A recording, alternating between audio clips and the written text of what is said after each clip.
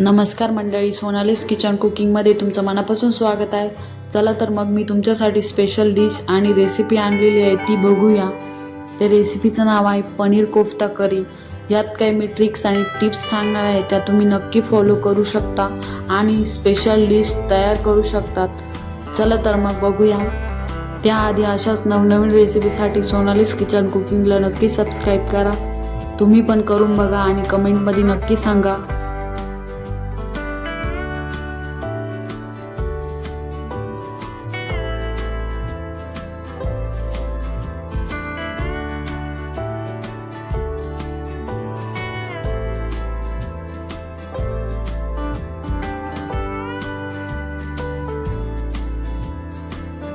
चला तर मग बघूया करी तयार करण्यासाठी लागणारे साहित्य. सर्वप्रथम मी इथे लसूण घेतलेला आहे, आलं, तेजपान. मी इथे एकच तेजपान घेतलेला आहे, 3 मिरच्या, कांदा, टोमॅटो, मीठ, गरम मसाला, लाल तिखट, दालचिनी,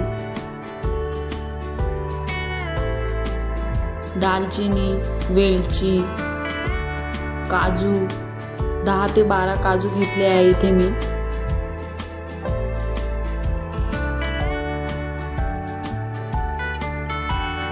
इथे मी मिरच्या, कांदा आणि टोमॅटो अशा पद्धतीने चिरून घेतलेले आहे. मिरच्या जास्त बारीक पण चिरायच्या नाही आहे इथे. त्यानंतर मी इथे कढई गरम करायला ठेवलेली आहे, म्हणजेच फ्राईंग पॅन. त्यामध्ये थोडं तेल टाकून घ्यायचं आहे. तेल गरम झाल्यावर त्यात आपण खडे मसाले टाकून घेणार आहोत. मी इथे तेजपान टाकलेलं आहे, वेलची आणि दालचिनी टाकून घेतलेली आहे. इथे जिरे पण टाकले आहे मी यात. जिरे, खडे मसाले व्यवस्थित तडतडल्यानंतर त्यात कांदा टाकायचा आहे आणि तो व्यवस्थित लाल म्हणजेच थोडासा मऊ करून घ्यायचा आहे.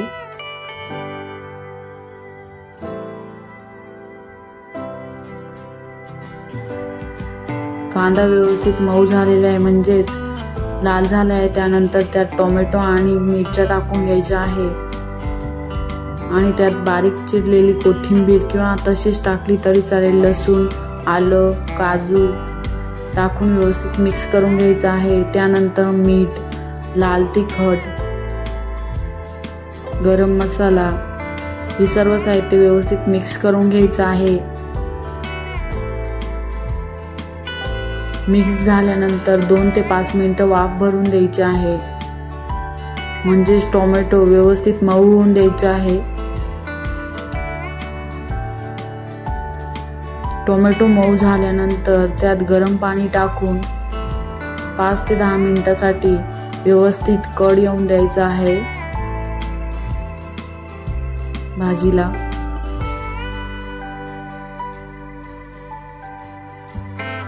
गरम पाणी खूप जास्त पण टाकायचं नाहीये. ह्या सर्व साहित्याची आपण करी तयार करणार आहोत. पाणी टाकल्यानंतर त्यावर झाकण ठेवून द्यायचं आहे 5 ते 10 मिनिटासाठी.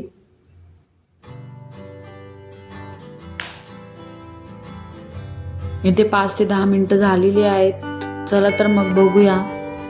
टोमॅटो आणि कांदा व्यवस्थित मऊ झालेला आहे. त्यानंतर आपण त्यात करी तयार करण्यासाठी मिक्सरच्या भांड्यामध्ये टाकून त्यामध्ये तेजपान घ्यायचं नाही आहे. इथे मी बारीक प्युरी तयार केलेली आहे. चला तर मग फ्राईंग पॅनमध्ये तयार करून घेऊ. सर्वात पहिले इथे तुम्ही बटर पण टाकू शकतात. मी इथे तूप टाकलेलं आहे. तूप व्यवस्थित गरम झाल्यानंतर इथे काश्मीरी लाल मिरची वापरायची आहे तुम्हाला. इथे मी काश्मीरी लाल मिरची टाकून घेणार आहे. ती व्यवस्थित तळून घ्यायची आहे तुपामध्ये.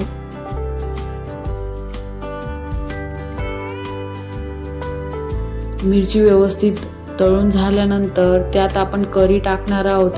करी गाळून घ्यायची आहे. अशा पद्धतीने व्यवस्थित गाळून घ्यायची आहे, त्यामुळे करी एकदम मऊ होणार आहे. अशा पद्धतीने गाळून घ्यायचे आहे।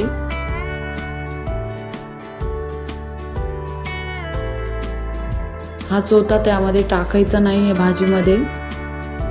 त्यानंतर कढी म्हणजेच प्युरी व्यवस्थित हलवून घ्यायची आहे, म्हणजेच तिला व्यवस्थित कड येऊन द्यायचा आहे। इथे प्युरीला कड आलेला आहे, म्हणजेच ती व्यवस्थित फ्राय झालेली आहे। त्यानंतर त्यात गरम पाणी टाकायचं आहे। थोडंसं पाणी टाकून कन्सिस्टन्सी ॲडजस्ट करायची आहे।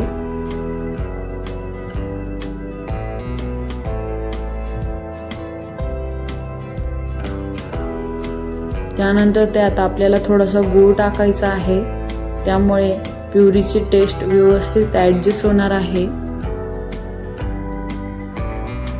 आणि थोडंसं टेस्ट ॲडजस्ट करण्यासाठी मीठ पण टाकायचं आहे यात आपल्याला। हे व्यवस्थित मिक्स करून घ्यायचं आहे। इथं भाजीला व्यवस्थित कड आलेला आहे, म्हणजेच प्युरी तयार झालेली आहे। चला तर मग कोफ्त्याची तयारी करूया। सर्वप्रथम मी इथे मोठं ताट घेतलेलं आहे, त्यामध्ये इथे मी 150 ग्रॅम पनीर घेतलं आहे। ते व्यवस्थित किसून घ्यायचं आहे। किसल्यानंतर ते व्यवस्थित एकजीव करून घ्यायचं आहे, म्हणजेच मऊ करून घ्यायचं आहे पनीर। इथे आपल्याला मी दाखवल्याप्रमाणे मऊ करून घ्यायचं आहे पनीर। इथे हाताने व्यवस्थित भार देऊन ते मऊ करायचं आहे अशा पद्धतीने। त्यानंतर आपल्याला इथे एक बटाटा वापरायचा आहे। बटाटा पण व्यवस्थित किसून घ्यायचा आहे। मी दाखवल्याप्रमाणे व्यवस्थित बटाटा किसून घ्यायचा आहे। त्यानंतर बटाटा पण एकजीव करून घ्यायचा आहे, म्हणजेच मऊ करून घ्यायचा आहे।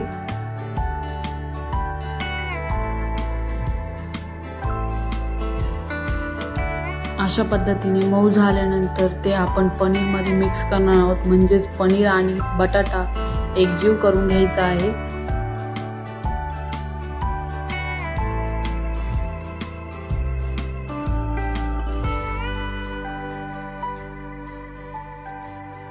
अशा पद्धतीने गोळा तयार झालेला आहे। चला तर मग काही ॲडिशनल इन्ग्रेडियंट ॲड करणार आहोत त्यात आपण। इथे मी 2 ते 3 चमचा मैदा ॲड करणार आहेत, म्हणजेच मैद्यामुळे आपल्याला त्यातील मॉइश्चर कमी करता येईल आणि गोळे व्यवस्थित म्हणजेच कोफ्ता व्यवस्थित तयार होईल। त्यासाठी आपण इथे 2 ते 3 चमचे मैदा ॲड करणार आहोत। तुम्हाला जर मॉइश्चर जास्त वाटत असेल तर तुम्ही 1 चमचा जास्त पण ॲड करू शकतात, म्हणजे टाकू शकता। त्यानंतर इथं मी पीठ मिक्स झालेलं आहे। त्यानंतर त्यात मी मीठ टाकणार आहे, बारीक केलेली मिरची टाकणार आहे, बारीक केलेले काजू, आलं आणि मनुके ॲड करणार आहेत मी इथे। यामुळे खूप छान टेस्ट लागते।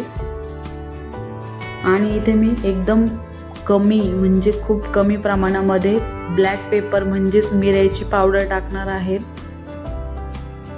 आणि ते व्यवस्थित मिक्स करून घ्यायचं आहे आपल्या गोळ्यामध्ये। अशा पद्धतीने कोफ्त्याचं पीठ तयार झालेलं आहे। आणि मी एका भांड्यामध्ये कॉर्नस्टार्च घेतलेला आहे। चला तर मग तेल गरम करण्यासाठी ठेवूया। मी छोट्याशा कढईमध्ये तेल गरम करण्यासाठी ठेवलेलं आहे। जोपर्यंत आपले गोळे तयार होतील तोपर्यंत इकडे तेल गरम होईल भांड्यामध्ये। गॅस खूप जास्त पण ठेवायचा नाही आहे। चला तर मग गोळे तयार करून घेऊया। हे मी मीडियम आकारामध्ये गोळे तयार करून घेत आहे। व्यवस्थित गोल करून घ्यायचे आहे।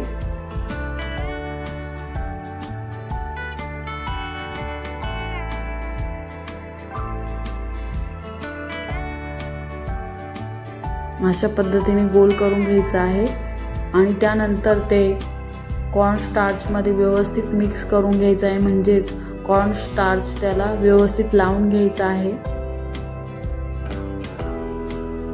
ते लावून झाल्यानंतर परत एकदा हातावर व्यवस्थित गोल करून घ्यायचं आहे, त्यामुळे एक्स्ट्रा लागलेलं कॉर्नस्टार्च निघून जाईल। अशा पद्धतीने माझे 10 गोळे तयार झालेले आहे। चला तर मग बघूया तेल गरम झालेलं आहे की नाही। हे गोळे तयार झाल्यानंतर जास्त वेळ पण ठेवायचं नाही, त्यामुळे ते मॉइश्चर पकडू शकतात। इथे तेल गरम झालेलं आहे। चला तर मग तळून घेऊया। गोळे कढईत टाकल्यानंतर लगेच हलवून घ्यायचे आहे. तेलाने हलवून घ्यायचे आहे, म्हणजेच ते खाली लागणार नाही किंवा जास्त लवकर तळले जाणार नाही एकाच बाजूने. त्यामुळे हलवत राहायचे तेलामध्ये गोळे. मी दाखवल्याप्रमाणे व्यवस्थित हलवून घ्यायचे आहे, त्यामुळे लवकर तळले जाणार नाही, म्हणजेच त्यावरती जास्त लवकर कलर येणार नाही, म्हणजे ते मधून पण तळले जातील. त्यामुळे अशा व्यवस्थित हलवून घ्यायचे आहे. अशा पद्धतीने माझे गोळे तयार झाले आहे, म्हणजेच कोफ्ता तयार आहे. खूप जास्त ब्राऊन पण करायचे नाही. मी सर्व गोळे तळून झालेले आहे माझे इथे, आणि तुम्ही बघू शकता आतून पण व्यवस्थित तळले गेले आहे. अशा पद्धतीने कोफ्ता तयार करायचे आहे. चला तर मग बघूया सोनाली स्टाईलने कसे सर्व करायचे ते.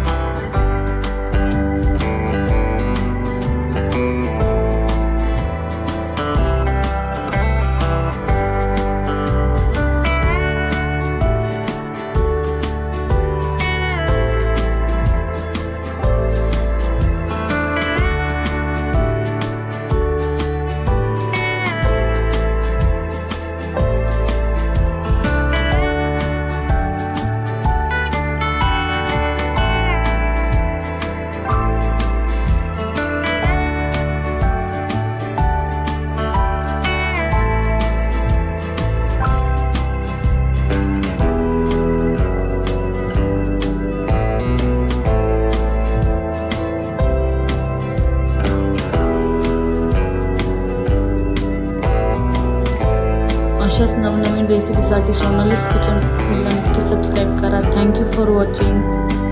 तुम्ही पण ट्राय करा, कसे झाले ते मला कमेंटमध्ये नक्की सांगा.